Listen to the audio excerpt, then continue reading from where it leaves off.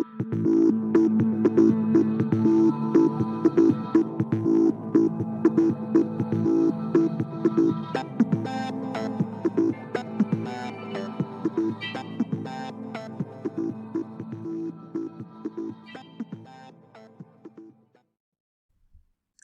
coaches, welcome back to Football Talk with Coach Chip. I hope you all having a great week. I hope you're still playing football, because at this time of year, if you're still playing football, chances are you made the postseason. Congratulations. All right, this episode here, we're going to be talking about the way we block pass pro for the drop back passing game. I had a coach hit me up, said, hey, that'd be a great idea. And I did too. I went back and looked at it way back about 3 years ago. I did some, but I think I'll get a little more detail on this particular one, and I won't get into other pass pros. Just going to deal with the one that we call Billy Ray. And y'all know how I am about nicknames. Billy is when it's to the left. Ray, it's to the right. All right, be sure that you are subscribing to Football Talk with Coach Chip today. We're trying to get those numbers up. Guys, it's 100% free, no strings attached. You won't get any emails. All you're doing is helping me. It helps the algorithm. For some reason, I don't understand it, but I understand electricity, but I can turn on the lights. Okay? So be sure to subscribe to the channel today. And if you're already subscribed, share it. Oh, by the way, check it. Make sure you're subscribed. Sometimes people get knocked off. Sometimes they think they're subscribed because it keeps coming up on their YouTube feed, and they think, well, I must be subscribed. But you're not. It's just showing up because you watch it, and that's not helping. Help me out. It's 100% free. The YouTube channel is completely free. It's going to stay free, but it just really helps old Coach Chip out if you subscribe.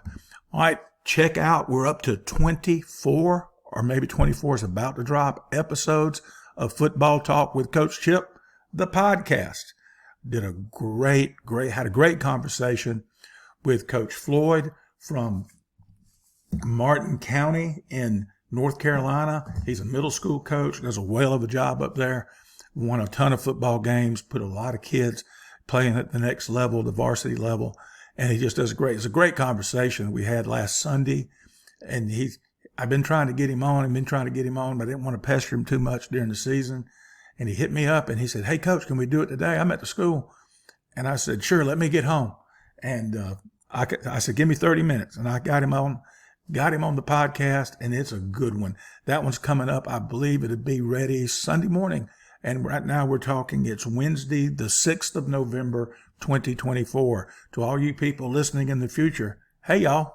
Hey, if you want an opportunity to support Football Talk with Coach Chip, had another dude just out of the blue. It just popped up and said, somebody bought you 5 coffees. Help old Coach Chip out that way. If you want to, it's kind of a tip. Remember, I tell you, it's free. And, I compare it to NPR. I just do it and, hope you'll appreciate it enough that maybe you'll do something or whatever. But unlike them, if you don't give, I'll stay on the air, I guess, until I can't talk or for whatever reason. The channel and the podcast remain free, but here's a chance to show support. It's called buymeacoffee.com, and you hit /Coach Chip, and it gives you the options there, and it alerts me, and it's really cool.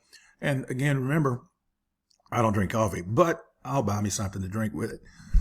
One of the coaches that I correspond with hit me up the other day or a few weeks ago, and he goes, do you really don't drink coffee? And I said, no, and I joke, I always tell people I'm too young. That's what I always said for years, and now I guess I'm old enough. I just never acquired a taste for it. If you ever see me drinking a cup of coffee, you better check what's in the cup, or it's cold as crap and I'm trying to warm up. I've never acquired a taste for it. And I told somebody, I said, I may be the only high school football coach in America that doesn't neither golf nor drink coffee. All right, let's talk about why we're here today. This is the pass protection. It's kind of some people call it a half slide. It really is sometimes it's a 60% slide. Sometimes it's an 80% slide. It's not a full slide. And I've got a video about the full slide. I only recommend doing full slide when you have a running back that can really block a defensive end, because that running back's going to have to block at the end. Billy Ray pass protection is what we called it, is designed where your running back is never matched up on a D lineman. Now, if you got a dude, that's not an issue.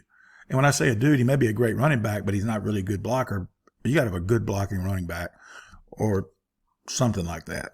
But this is a great way to block. And it's easy for the kids to learn. I think young kids can learn it. Sub-varsity kids can learn it.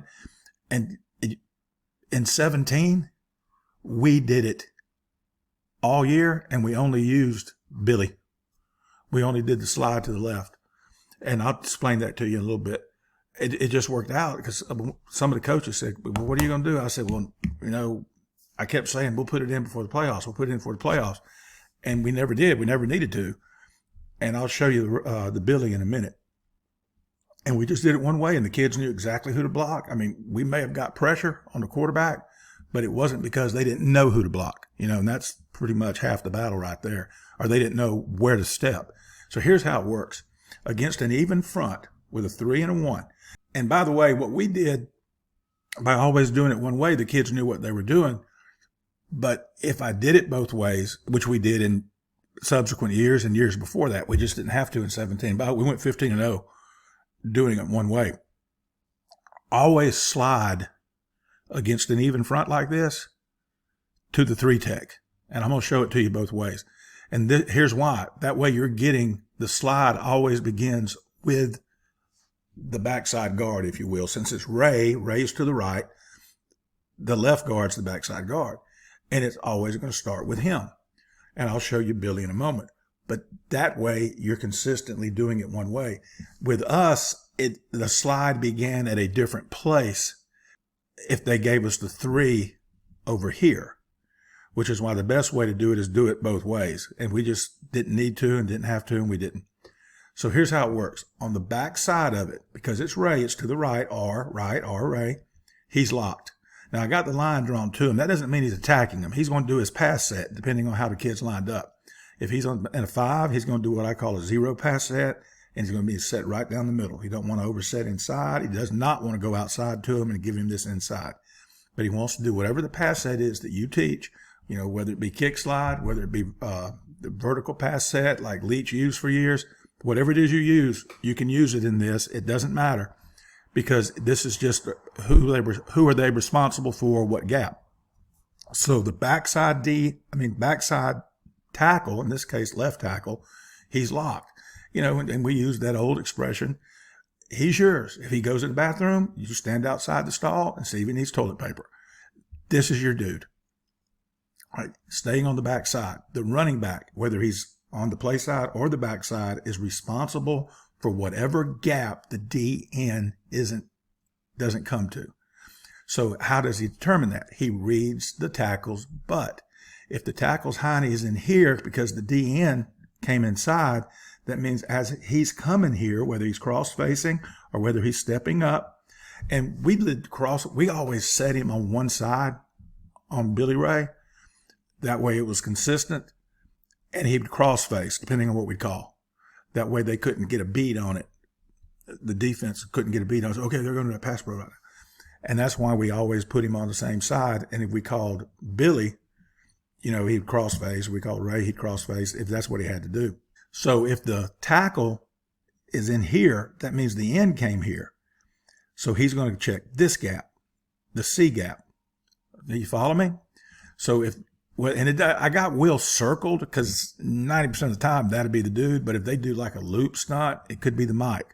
Let's say the DN runs outside with a hard outside pass rush, and the Will drops into coverage, and the Mike comes right here. That's who the running back get. Make sure you stress that to the running back. He doesn't have a man. He's got whatever man comes in the gap. So he looks here, and if the tackle and the DN are in that gap, he'll slide here because that's where he'll come.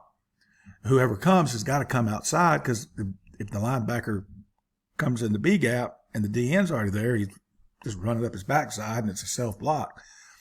And also, this is a coaching point for the running back coach. Don't insert too soon because what can happen is the running back can get lost in the pass set. Gets up in there. Let's say you got a 160, 170 pound running back and you got a 220 pound guard and 220 pound tackle. Well, if he steps up in there and he's got a tackle and a guard on either side of him, he can't get out to get a backer. So what we tell him to do is step toward it and be looking and wait to see if something's in the gap before he inserts. And you can do a lot of that on air. Just put your bags out there, your cones, and just let him rep that so he doesn't get too aggressive. Now, if the guy's coming, he goes up in there and just lay him out. And if nothing's coming, then he looks outside. And then if something's coming, then he can insert. But you don't want to get too aggressive until you see something's coming, because you can get caught up in that garbage, in that, all that, those bodies in there. All right, so let's go back to the lineman. In Ray, the left guard has the left A gap. So whatever pass set you teach, if it's vertical pass set him right here, boom, into the A gap. If he's kick sliding, have him kick slide into the A gap. And the nose comes, he's got him. And so he's got to really fight to get on that inside number. All right, the center's got the right A gap. Now he can punch with that left arm as he's pass setting to help on that nose right here. You see the nose, whether he's in a 2-eye or a 1, he can punch on him to help his guard out, but he needs to keep his eyes right here because he's responsible for A gap. Now, that could be the wheel looping here. It could be the mic coming here. It could be the tackle spiking across the guard's face coming here. He doesn't have a man. Stress that to him. It is a zone pass pro for these 4 guys. This guy's man. This guy's got a zone. These guys got zones, got gaps. The right guard's got the right B gap. Pass set into it, vertical pass set or kick slide. You got whatever comes in the B gap. And then the right tackle has the outside, the C gap, if you will, the edge. And if the end goes in there and the tackle comes out here, then they get an exchange because they've got gaps. Now, one of the things I like about vertical pass set, now we didn't do it as deep as Texas Tech and Leach did it, but we tell the center, you got 2 steps back. We would tell the other lineman 3 steps back, fast as you can go backpedaling, and you keep going for 3 steps unless otherwise engaged. And the reason why is these guys can't beat you until they meet you. They cannot beat you until they meet you. So you backing up right here, you're buying the quarterback time by getting distance between you and that D lineman. And also, this is critical, coaches, by getting that depth and getting away from it, you can watch what they're doing. So if they're looping, you'll see it. And if you get too aggressive and this end comes, because right now D-line coaches are smart, defensive coaches are smart. Now what they're doing, they'll come off and engage and then loop. That way this guy thinks, oh, he's coming here, and getting caught up in there. But if you get distance between you and the D-line, then by the time they make contact with you, it's too late to loop. It's too late to do their stunt because you're already, into everything's going on. And if they do it then, they're not going to get the quarterback. It's almost like they're blocking themselves. So get your depth, whether you're kick sliding or whether you're vertical pass set, backpedaling, get your depth and get in your gap. What we literally told them to do, you can see how I got it drawn up, get your butt in that gap. And again, the center is a little bit different because he wants to do like a true 0 set, which is straight back. So with his eyes in his A gap, so he can punch and help his guard with that center. And that's the way we always did that. Here it is again. This is Billy. The slides to the left. There's 2 L's in Billy, left L, Billy, L. Same thing. All right, running back still got check in there and then check in here. This time, since it's Billy, the right tackle, the backside tackle, is locked. He's man. Doesn't mean he's attacking him. He's still doing his kick slide or vertical pass set, but he knows this is the guy. If he goes inside, I got him. If he goes outside, I got him. If he bull rushes, I got him. It doesn't matter. Now your right guard has got the right A gap. Your center has got the left A gap. Your left guard's got the left B gap. Your left tackle has got the left C gap. It's the same as the other one. The slide begins with the right guard versus the even front like this. We like to always slide toward the 3 tech. if we did use both of them. Now, this is the one that we use. This is Billy. We use this all year. On all of our drop back passing, this is what we used. Why did you just use this? Kids had it down, never had an issue with it. Didn't matter where the 3-tech was. And you can do it this way. You say, why that way? Because it was the side, our quarterback was right-handed, and we knew if the running back whiffed, the quarterback would see it. We felt a little more comfortable with the backside being protected by the lineman. And then we even let the quarterback in on it. We said, hey, what do you think? And he goes, yeah, if you're going to do it one. And so that we put that one in first because that was the one the quarterback was comfortable with. And then that's what we did all year. All right, now here it is against an odd. I didn't do it against a 3-4 because I just think if you can block a 3-3, you can block a 3-4. Look, same, you called Ray, it's to the right, left A, right B, right C. He's locked. He's checking B, then to C. But remember, check first, step up, look, don't get too in there too soon or you'll get caught up in those big old bodies. And so if the running back is on the opposite side, I didn't draw him up here, and the line makes a Ray call, then he'll cross face. Just cross face. And as he's coming across, he's looking into his gap. He doesn't have to go to it and look in it. He can see it as he's crossing. And if nothing's coming, then he can slide out here and check to see. If nothing's coming, he can get in the pass route, hit the flats or whatever you call. This is Billy versus an odd front versus the 3-3. Same thing, just flipped it. So it's not that difficult. And that's why I like it, because it's so simple. Hey, hit me up at siegel.chip@gmail.com. I'll send you this presentation. Just show me where you're a subscriber. And a lot of y'all are the same people, keep coming back, and I appreciate the crap out of that.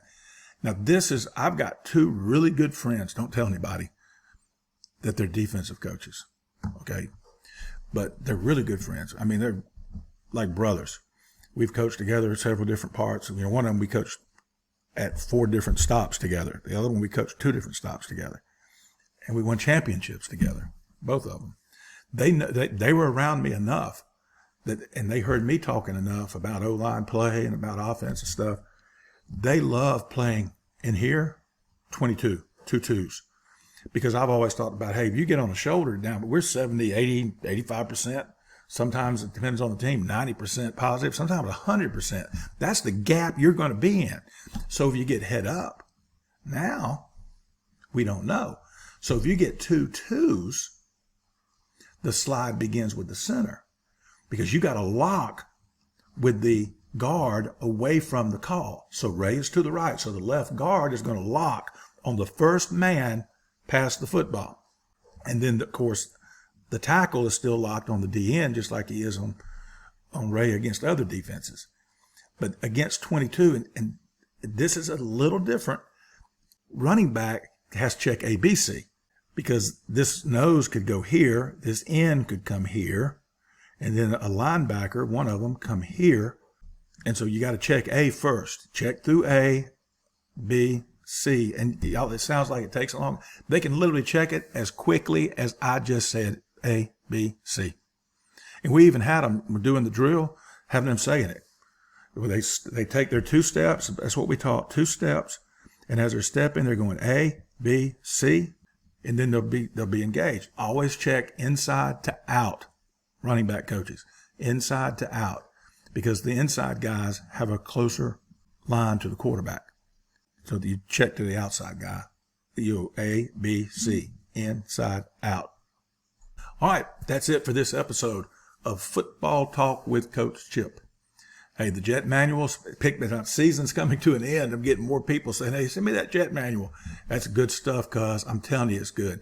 The offensive line manual, I've sold 6 in the last 3 days. And it's awesome. If you're running gap scheme, or if you're not running gap scheme and you just didn't like what y'all did this year, I'm telling you, go ahead and ask for it. You don't have to pay me up front. I send them to you. You look at it and say, oh, that ain't what I want to do. And just hit me an email back. Say, Coach, I deleted it because I send it to you. It's a Google slide link where we're not killing trees and I don't have to pay a bunch of money to get published and pay shipping and all that kind of stuff. So what we're doing, we just send it out and you tell me if you like it or not. If you don't like it, just say, Coach, it just wasn't my cup of tea. It won't offend me at all. And I got great friends, and they're not gap guys. And you're not going to offend me one bit. Or they don't like the way I do it. They prefer another type of gap scheme blocking. It's not going to bother me at all for you to say, I don't want it. If you like it, then you pay me. And in the email, I'll tell you how you pay me. I got Cash App, Venmo, and PayPal. And just hit me up at siegel.chip and say, Coach, send that to me, please. And by the way, you come on the podcast as a guest, you get your choice of any of the 3 resources that we sell here at Football Talk with Coach Chip. You get the Jet Manual or the O-Line Manual or the Big Book of Bucks. You tell me. That's just a token of my appreciation for you being on the podcast with me. Okay, you can't beat that. Here is the free resource list. It's been updated. There's 38 on there. I added to it. I've got a few things that aren't mine, things that I found on my computer that I thought you might like. This Air Coryell Playbook PDF is friggin' awesome. It's like him and the guy who used to coach with the Chargers before him. They're the godfathers of the modern pass game, and it's got great stuff in there. And at varsity and sub-varsity level, you probably can't do all that stuff, but you can get ideas from the great Don Coryell, the Hall of Fame football coach for the Chargers and the Cardinals back in the 70s and early 80s. All that stuff's available to you. Don't forget the podcast. If you have an idea for a video or a podcast guest, contact me at siegel.chip@gmail.com and give me their information, and we'll get on it. And again, I'm trying to get a lot of people you don't normally hear on a podcast. Middle school coaches, youth league coaches, small high school coaches. Got a couple of college guys lined up. As soon as their season's over, they're going to come on. It's going to be all levels of football. I'm trying to aim this at you, underserved football community, which doesn't make sense because 90% of coaches are at either small schools or sub-varsity schools. All right, that's it for this episode of Football Talk with Coach Chip, the podcast. Until next time, coaches, be elite. All video clips contained on Football Talk with Coach Chip are meant for analysis, criticism, comment, teaching, and research by football coaches. We believe this falls under the fair use doctrine of the Copyright Act, Section 107.